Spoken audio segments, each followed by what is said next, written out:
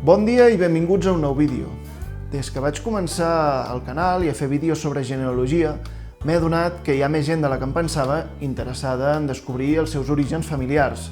També he trobat qui, tot i trobar-ho interessant o curiós, no es veu llançant-se a la piscina, bé perquè decideix dedicar el seu temps a d'altres coses, o bé perquè no se'n veu capaç.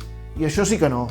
Precisament vaig obrir el canal i vaig començar a fer vídeos per demostrar que la recerca familiar és a l'abast de qualsevol.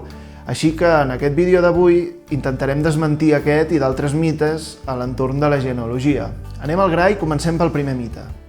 Això de la genealogia és cosa de gent famosa, de gent que té avantpassats que surten als llibres d'història. Com que la meva família no té res d'especial, no se'n pot saber res i això no està fet per mi. Us heu buscat mai a internet? És esgarrifós el rastre que arribem a deixar per la xarxa. I no parlo només d'obrir-se un compte a Facebook o a LinkedIn. T'has presentat mai a les eleccions del teu poble? Has format part de la directiva d'una entitat? Doncs de ben segur que per alguna banda o altra hi surts. Això que avui és tan evident i immediat ha passat sempre a una escala molt menor.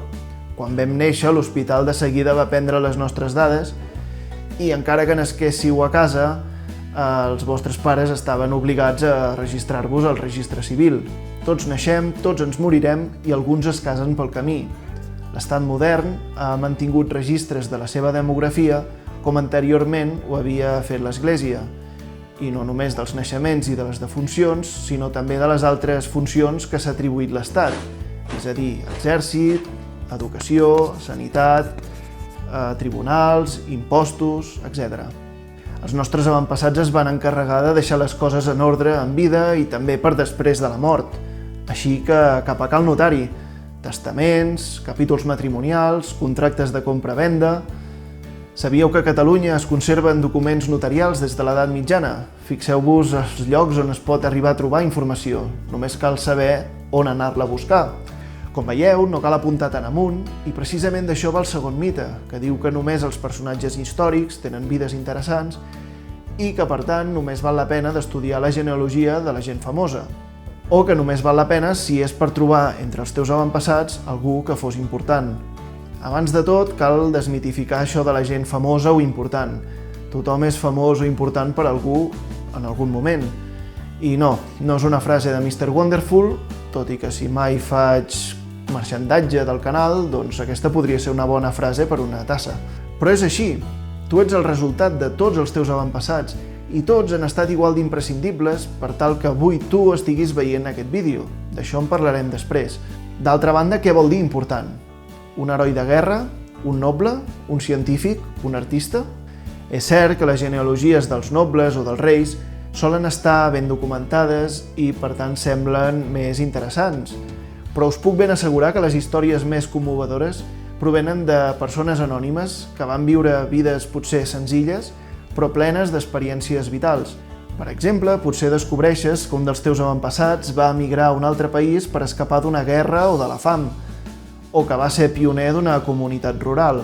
Aquestes històries són tan valuoses com les dels grans noms de la història perquè reflecteixen la força i la resiliència humana, però també perquè poden ajudar a entendre millor el nostre passat col·lectiu posant cares i noms concrets a fenòmens globals o també ajudar a escriure capítols sencers d'història local. I encara que els teus avantpassats no siguin famosos, la seva història forma part del teixit que ha ajudat a construir el món tal i com el coneixem avui. Així que no subestimis el valor de la teva pròpia història. Canviem una mica de tema. A mi una vegada em van preguntar per què investigava els avantpassats de la meva banda materna, de la meva mare. És una pregunta que no sé com respondre perquè és com si et preguntessin qui t'estimes més, el pare o la mare. A veure, qui són més importants, els avis paterns o els avis materns? Doncs, òbviament, dependrà de cada cas, perquè cada casa és un món, però, en general, jo entenc que els avis estan en un pla d'igualtat, al mateix nivell d'importància. Després, evidentment, cadascú tindrà la seva història.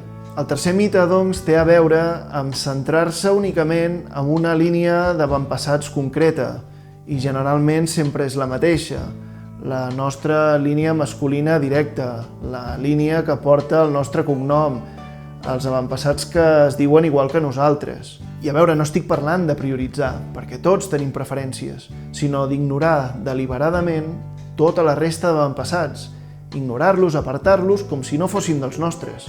Com he dit abans, tots els avantpassats són importants i excloure'ls només farà que ens perdem un munt d'històries i que tinguem una visió molt reduïda de la nostra història familiar. I ja que traiem el tema dels cognoms, el quart mite és que si dues persones tenen el mateix cognom, vol dir que són parents. Els cognoms, tal com els entenem de nom de família que es transmet de forma hereditària, van sorgir cap al segle XII o segle XIII i, tal com explica l'Armand de Fluvià, van sorgir per la necessitat de distingir les persones. Si el ferrer del poble es deia Joan, per tal de distingir-lo dels altres Joans del poble, se'l coneixeria com a Joan Ferrer. Però és que el seu fill, segurament, seria el Josep Ferrer, encara que no es dediqués a l'ofici. Òbviament això és una simplificació, però s'entén la idea, no? Seguint amb aquest exemple, com que en molts pobles hi havia un ferrer, aquest cognom s'hauria pogut originar de forma simultània en molts llocs, en aquest cas concret en llocs de parla catalana, però òbviament no tots els cognoms s'han format de la mateixa manera. Molts ens hem pogut trobar amb un cognom que, tot i que ens sona familiar o proper lingüísticament, no havíem sentit mai. O el cas que tots els que porten aquell mateix cognom són originaris d'una mateixa zona.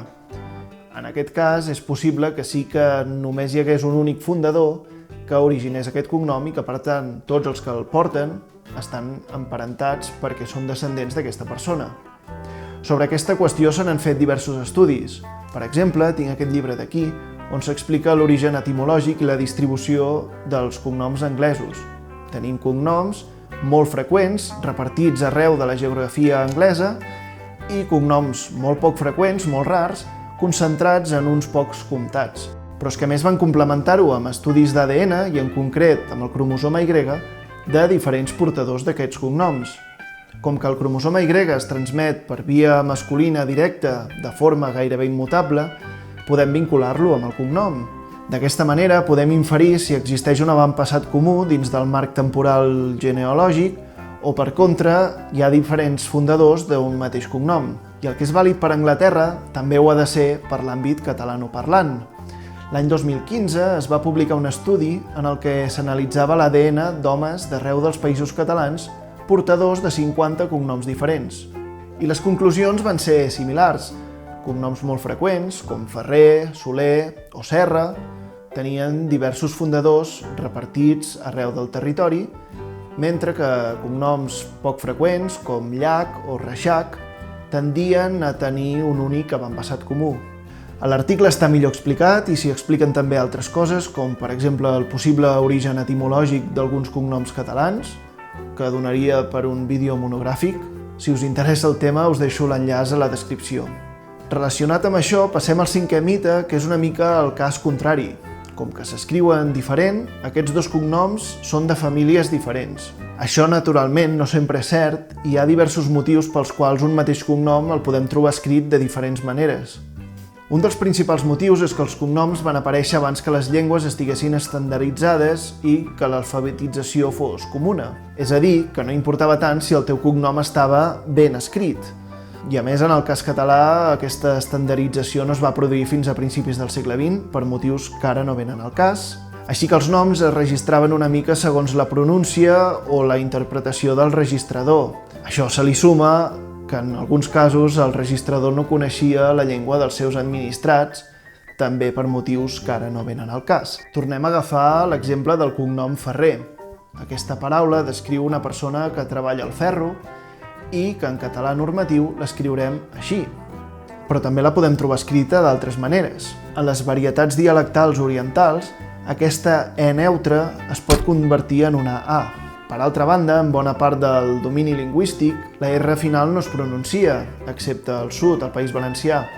Així que ens la podem trobar escrita sense R i amb accent a la E. I finalment també ens podem trobar els dos fenòmens alhora.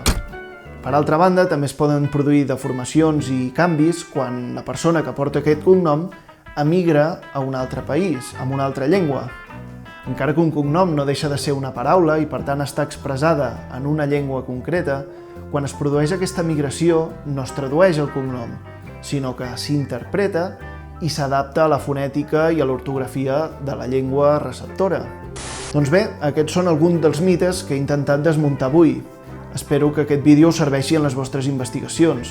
I si sou dels que esteu començant la vostra genealogia, us deixo aquí un vídeo que us pot ser útil. També us pot ser útil subscriure-us al canal per estar al dia de les noves publicacions. Moltes gràcies i fins aviat!